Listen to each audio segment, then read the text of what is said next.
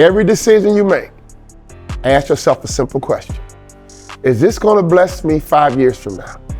Is this going to bless me 10 years from now? The most important thing you can do to prosper is to discover your gift. What is God giving you to work with? There's some skill, there's some talent, there's some ability that God has given you that you can use to prosper. So if you want to be a millionaire, the first thing you have to do is to discover your gift.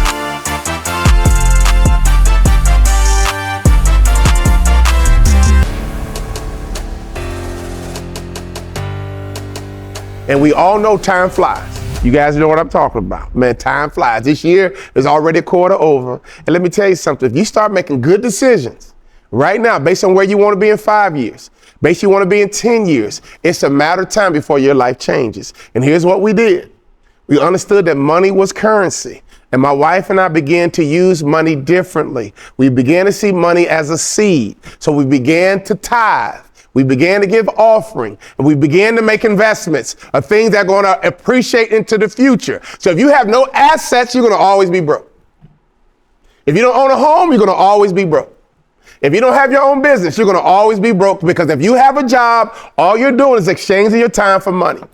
There's only a limited amount of time. And if you exchange your time for money, that's all you're going to get, and you're never going to be able to truly prosper because you're not giving God an opportunity to prosper you. So my wife and I launched our own business. We opened up the heavens and said, God, we're going to be good stewards of our money. We're going to make great decisions about our future. And we believe that we can buy our future by simply changing our mindset. I'm going to talk to you right now. Don't you look at me like this. I came to change your life. From henceforth, every decision you make, ask yourself a simple question. Is this going to bless me 5 years from now? Is this going to bless me 10 years from now? Here's how it plays out. Your favorite comedian is coming to town. I don't care if it's Dave Chappelle. I don't care. What's the little short guy's name? Kevin Hart. Don't disrespect Kevin Hart. I'll dunk on you, bro. You like 5'1". I don't care if it's Kevin Hart. I don't care if it's Dave Chappelle. I don't care if it's Eddie Murphy. You got people who are literally poor, will scrape up $250 to go and listen to Dave Chappelle, Kevin Hart, and have entertainment for one night. If I were you, no disrespect to Dave Chappelle, no disrespect for Kevin Hart, but you should not be going to invest that money if you're broke. You should not be investing that money if you're poor. What I would do with those $250, instead of going to Dave Chappelle, go to a business seminar. Instead of going to listen to Dave Chappelle, why don't you go and buy 10 hats at a wholesale price and go sell them at a retail price? See, you can sell enough hats, you can sell enough t-shirts, you can sell enough courses, you can sell enough training that you could take $250 and make yourself into a millionaire. Or you could take those $250 and just because your favorite comedian's coming to town, you're going to take your last $250 and go and listen to a comedian and laugh, have a great night. But that great night will not impact your future. I took $20 out my pocket one day, and I took $20 of currency, and that money flowed back to me, pressed down, shaken together, running over, because this book helped me change my mindset as it related to making decisions and as it related to making money. I'm around millionaires every day, and let me tell you something. Millionaires think differently. So if we can get you to think differently, I promise you, you will prosper financially, you will prosper in your relationships, you will make great decisions, and you will finally get some freedom. Because I'm telling you, I'm tired of you getting out of the bed, saying to yourself, oh God, let me get up, let me go to work, I don't want to be late. I can't stand them people. Now, if I'm talking to you, hear me clearly, that's your fault. And if we can just get you to understand that you can buy your future. Maybe you're at that restaurant for 3 more months and then you're free. Maybe you're at that restaurant for 6 more months, but then you're free. Maybe you got to put in that restaurant 1 more year until you're free. But I'm telling you, what we're doing here on this channel is freeing you up to have the right mindset and the right mentality to prosper. Write this down. The most important thing you need to do to prosper is to discover your gift. I'm gonna say it one more time. The most important thing you can do to prosper is to discover your gift. What is God giving you to work with? There's some skill, there's some talent, there's some ability that God has given you that you can use to prosper. So if you want to be a millionaire, the first thing you have to do is to discover your gift. When I was a young man, sports came easy to me. I picked up a basketball, it was easy to me. I picked up a baseball, it was easy to me. I picked up a football, it was easy to me. It was easy for me. And almost instantly, I was one of the best kids in the neighborhood without trying. It was a gift. But once you discover a gift, that's not enough. There's a lot of talented ball players that never even played high school ball. There's not a lot of talented guys who never played college sports. There's a lot of guys who should have been NBA, NFL superstars and never did a thing, never left the block. Why? They discovered the gift, but they never developed the gift. So if you want to prosper, I want you to understand that you have to make great decisions with your money. Every decision you make with your money has got to add value to you, not today, not tomorrow, but 5 to 10 years from now. And if you can make those decisions, I promise you, your life will begin to transform. The second thing we have to do is to discover our gift. Because whatever God gave you as a gift is what you're going to use to attract money to you. I used sports to attract money to me because it was a gift. I had to discover the gift. I had to develop the gift. You guys know it took me 15 years to become an NBA ball player? It took me 15 years to play in the NBA. It took me 15 years to discover the gift. It took me 15 years to develop the gift. And once I discovered it and I developed it, I positioned it so the NBA could find me. Simple formula. The same formula will work for you. So one, every decision you make has got to bless your life for the future. The second thing we have to do is to discover your gift. So you might be saying to yourself, well, Walter, how do I discover my gift? What comes easy to you? What can you do all day long? You never tire from it. You never fatigue from it. What do people look at you and say, man, you're so good at that? Man, you're just so talented. You're so gifted, man. I don't know what, man, you're really good with numbers. You guys know those people? Oh my God, my dude can count. I'm horrible with numbers. Let me tell you something. I've been around people, they can do math in their head like that. That's a gift. I know people who are creative and innovative. They can take one idea and make something incredible. You guys know some people who can really cook. I know some people who can really sing. And here's the truth. Just because you can sing doesn't mean you're going to be Beyonce. Because Beyonce discovered her gift. But guess what else she did? She developed her gift, and Beyonce positioned her gift. I've been to concerts. You guys probably know comedians funnier than Kevin Hart. You probably know comedians maybe funnier than Dave Chappelle. But just because they discovered the gift, they maybe never developed the gift, and they never positioned the gift. They made you laugh at lunchtime. Remember those kids? They were hilarious at lunchtime. They had you falling on the floor at lunchtime, but their jokes never left the lunchroom. Why? They discovered the gift, but they never developed the gift. They never positioned the gift. We know people who can cook. You eat their food, it's so good, you're going to smack yourself. And they discovered the gift, but they never developed the gift. They never positioned the gift, even though they love cooking. So my question is, the first thing is, what is your gift? What is God giving you to work with? And what are you doing to develop that gift? Are you going to seminars? Are you reading books? There are associations of manufacturers. There's associations of distributors. Trust me, I'm a Hall of Fame motivational speaker, and I learned a long time ago, literally, there's an association for everything. So if you discover your gift, the smart thing to do is to put yourself around people who have the same gift, so you can learn the industry that covets your gift. Does that make sense to everybody? So discover, develop, and position. For a long time, I broadcasted for the Minnesota Timberwolves. My gift was operating, but I did not like where my gift was positioned. The way I got paid as a broadcaster for the Minnesota Timberwolves was not how I saw my future. So my wife and I made a decision. We're going to pack up the gift, and we're going to reposition this gift. You're going to still run your mouth, but we're going to position it differently. We found the motivational speaking industry as a $13 billion industry. Same gift, just positioned differently. So I want you to think about your gift. What has God given you to prosper? How can you develop that gift more? But more importantly, how can you position that gift? And to position the gift simply says you got to solve some problems for other people. Can you solve problems for other people? If you become obsessed with your gift, developing your gift, and position your gift to solve problems for other people, trust me, money will find you, money will help and hunt you down. So we covered a lot. Let me review real quick. The first thing you have to do is understand your mindset. If you broke, it's your fault, which simply means every decision you're making is based on today, and you don't make decisions on your future. If you never make decisions on your future would never show up. Jacob made a sacrifice, a temporary sacrifice, which literally was 4 hours. He sacrificed one meal, and 4 hours later, he was the oldest, and he was in position to get the birthright from his father, Isaac, which means he's a grandson of Abraham. Are you kidding me?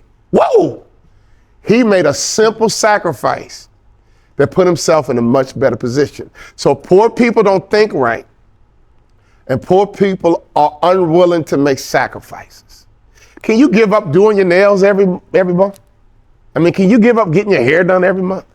Can you give up all your fancy meals that you just gotta have? Can you give up alcohol for a month? I mean, think about that. If you took and made a sacrifice for your nails, and your clothes and your fancy car, even though you live in day-to-day, check to check, and you take that money, you take that currency, and invest it in a way that you can become an expert in your industry, you can come back 5 years from now and buy every car you want. You can come back in 5 years and get your hair done the way you want. You can come back in 5 years and buy your nail salon. Does that make sense to everybody? The truth is that we have to make sacrifices to put ourselves in a better position. So after I read the book, Buy the Future, we started spending money differently. And let me tell you, the future showed up pretty quickly. In 36 months, we were on a track of wealth, and we made some simple adjustments.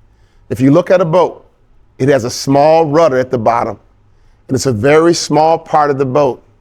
But if you change the rudder on the bottom of the boat, it changes the direction of the boat. A small degree of change can take your boat, your vessel, you in a totally different direction. So I want you to ask yourself the question, why are you making decisions day to day, check to check? We just talked about Esau. Stop being Esau. And I'm going to tell you that alone can make a difference. But now we can look at your gift. God gave you something to prosper.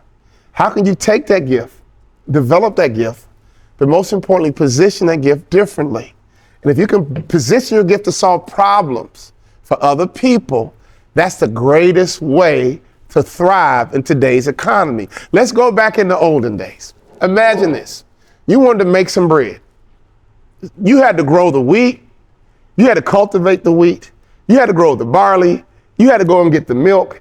You had to go and grow and produce everything yourself to go and make one loaf of bread. And so the way the economy evolved, that the local farmers got together and say, you know what, I'm going to specialize in wheat. And you know what? I'm going to provide wheat for everybody in town because everybody wants some bread, right? So I'm going to become the wheat guy. And the next guy says, you know what? I got a bunch of dairy cows. You know what? I'm going to become the dairy cow. So you provide all the wheat and I'm going to provide all the milk. Cool? So everybody in town is going to get wheat from you. Everybody in town is going to get dairy from me. And the next guy says, you know what? I got some beef, but you know what? I'm not going to produce milk because you produce milk. I'm going to be the meat guy. And if you want some steak, if you want some brisket, if you want some lamb chops, everybody in town is going to come to me and they're going to buy the meat from me. You want some flowers? I'll be the flower guy, and so forth and so on. You need some teachers? I'll be the teachers. So everybody in the early economy were specialists. Hear me clearly. There's niches in riches. There's niches in riches. We're talking about a millionaire mindset. Let me tell you something. There's two things I can do. I can play ball and I can run my mouth. That's it. God gave me two things to work with. Those two talents got me a free college education, got me an 8-year professional basketball career, and those two talents made me a Hall of Fame motivational speaker too. Let me tell you something. LeBron got one.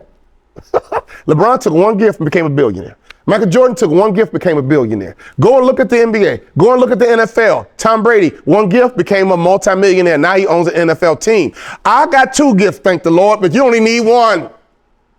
What's that one gift God gave you that if you cultivate it, develop it, and position it, that you can be well on your way to becoming a millionaire. So there's no reason for you to hate on Beyonce. There's no reason for you to hate on, Kentucky Fried Chicken, because Colonel Sanders started Kentucky Fried Chicken when he was like 60 years old. Some of y'all look at me and say, well, I'm too old. No, you're not. If Colonel Sanders can cultivate Kentucky Fried Chicken in his 60s, it's not too late for you. If Abraham can become the father of many nations, old in age, God is sending us all a message. It's never too late for you. So let's recap what we're talking about today, ladies and gentlemen. We're talking about the mindset of a millionaire. The first thing we have to do is buy the future. By making great decisions, that's going to impact your future, not today. The second thing we have to understand God gave us a gift. And it's up to us to develop the gift. It's up to us to position the gift. It's up to us to make sure that we develop that gift. And we can do those three things, guys. I'm telling you, resources are going to start coming in. So imagine this. You're making good decisions with your money. You have a gift that's helping solve problems for other people. Before you know it, 5 years from now, 10 years from now, 15 years from now, you have bought your future with some small, simple adjustments. So here's what I want to do right now. I want to open up the floor to some Q&A. Are there any questions in this audience today that I can answer, that we can clarify, that maybe I didn't cover, that can position you to be a millionaire? Because I'm telling you, me and my wife got into agreement on money, and now we don't make decisions based on the day. We make decisions based on the future, which means we invest in real estate. We invest in companies. And let me tell you something, what else we do. We discovered our gift, we developed our gift, and we positioned our gift. And now we coach and consult multimillionaires and billionaires around the world on how to grow a company. And I'm telling you, over time, it's just a matter of time for our clients who listen, follow directions, and execute, prosper, because entrepreneurs, if you're not careful, you can run your business like Esau. You're not thinking about where you want to be, in 5 years. You're thinking about where you want to be tomorrow, where you want to be next month. And that's a dangerous place to be, because Esau's life never changed.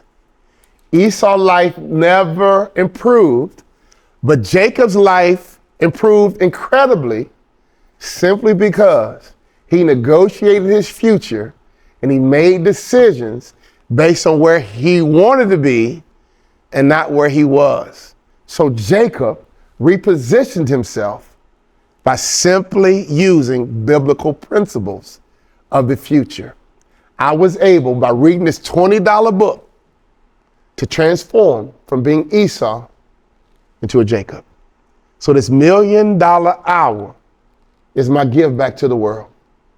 That I want to work with you once a week, every week. And all we're going to talk about is how to transform your thinking so you can start thinking like a millionaire. A millionaire's not smarter than you. Trust me. They're just making better decisions because they know where they want to be in 5 years. They know where they want to be in 10 years. They know where they want to be in 20 years. I am 56 years old and time flies. And I know if you look around this room, everybody in this room, you remember when you were in kindergarten. You remember when you were in high school. You remember when you could wear smaller clothes. Now, we look in our closet and say, ooh, I can't wear that anymore. Why? I outgrew it. So here's what I want to do. I want to open up the floor to some questions, some comments, some feedback. Let's have a real conversation around a millionaire mindset, because I'm telling you one thing. God delights in the prosperity of his servant. And I came here today to serve you. I don't care where you are in the world. I don't care who you've been listening to in the past. This program, Millionaire Hour, is all about me teaching you what I've learned through my life and help you transform from living day to day, check to check, broke. I've been there myself. I hated it. It sucked. But now my life is totally different, simply because I understand currency is meant to flow through you and not to you. Any questions out in the audience that we can have? So you got the right mindset. How do you fit that into different pivots that come with being an entrepreneur and life and family? Any suggestions there? Yeah, first thing you have to do is build a team. The first thing you have to do to build a team. God showed us years ago, he had Adam by himself. And he said it's not good for man to be alone. Now let's talk about that. It's not good for man to be alone. It's not good for woman to be alone. God has built this world for us to need each other. We're completely codependent. In fact, if you don't believe me, go and try and make a loaf of bread by yourself. I hear people say that all the time. I don't need nobody. You are a fool if you think you can. You cannot make a loaf of bread by yourself. Because the first thing you have to do is go to a grocery store, which means you need people. You need companies who made the wheat. You need companies who made the milk. You can do nothing by yourself. So the first thing we have to do is understand the power of people. Successful people know a lot of people. Successful people know a lot of people. So to me, if you're going to grow a business, the first thing you have to do is build a team. And maybe that first teammate is the most important teammate. I'm very thankful. My wife is my business partner. I have a great teammate that I live with, and she has a motivated interest to work just as hard as me because her future is connected to my future. So we work together in harmony as teammates going into the future. So the first thing we have to do is to build an amazing team. And that might just be one person to start with. And I tell all of our entrepreneurs we coach, your most important hire is your first hire. There's no other hire more important than your first hire. If you screw up that first hire, you have done yourself some serious damage. But if you nail that first hire, you position yourself to grow because we all have different abilities. We all have different talents. So for example, I'm innovative and creative, and so is my wife, but she knows how to take an idea and drive it. So together, that's a great combination. That's a great team. And we don't compete with each other. We complete each other. So my first question is, on a scale of 1 to 10, how strong is your team currently? I got a similar wife who's a lawyer, but the team as far as my company, that's a big challenge. I got 2 consultants that work with me, but no full-time employees yet. You need to manage others' efforts. Sure. Wealthy people manage other efforts. Let me give you something that I want you to never forget. Only do that which only you can do. If somebody else can do it, delegate it. Only do that which only you can do. Here's the truth, if an employee is given the right task, they're basically free. If the employee is given the right task that generates revenue, they're basically a free employee. Why? Because the way corporate America works, you produce $1 million and I pay you a fraction, right? So if you give an employee the right responsibility, they're basically free because whatever they're positioned to do, they're going to create so much revenue that they pay for themselves and then some. That makes sense. So how can we position you to build a better team? What's the most important thing you need on your team that's going to add value and can be, watch this, weight bearing? Yeah, sure. I mean, I started off with a retail company and pivoted to franchise. Retail, I had employees. The franchise piece of it, I would need somebody in operations. I'm not an operations guy at all. And that's what franchising is. I'm more of the marketer, the founder, the talker, the connector. So I need somebody that can put the logistics together. Okay, I agree. You know, you need what we call an innovator and an initiator. We have a teamwork methodology called Work Expressions, and it's a brilliant one. I'm an innovator. My wife's the initiator. You're the innovator. So you need an initiator, which is typically called a COO. There's nothing else you can do until you find one, or maybe you can do it yourself. No, thank you. Does your wife have the ability to be an operator or an initiator? But she's a full-time lawyer. Yeah, she got a little stuff going on. No, I need that. I know I do. It's just in the evolution of what a company is at, it's tough. So how can you recruit, develop, and retain the perfect COO? Maybe fractional or something. You can call it. That's why you should join the International Franchise Association.